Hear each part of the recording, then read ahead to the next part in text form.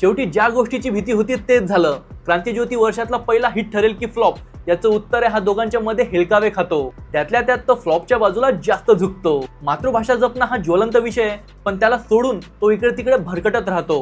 कथा, कलाकार, डायलॉग्स आणि त्यांच्या भावना या कनेक्ट होत नाहीत, कारण मेकर्सला सर्व काही खूप पटापट दाखवायचं आहे. अमय बळजबरीने विनोद करतो आणि ते पात्र जरा जास्तच ओव्हर वाटतं. सचिन खेडेकर हे नेहमीप्रमाणेच आउटस्टँडिंग आहेत आणि तेच क्लायमॅक्स मध्ये कथेला सावरतात.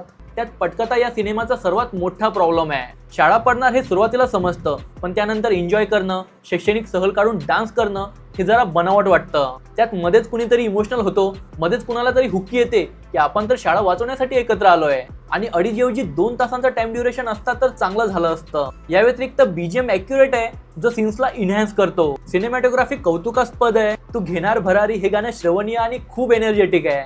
एकूण काय तर प्रयत्न प्रामाणिक होता, पण लिखाण, दिग्दर्शन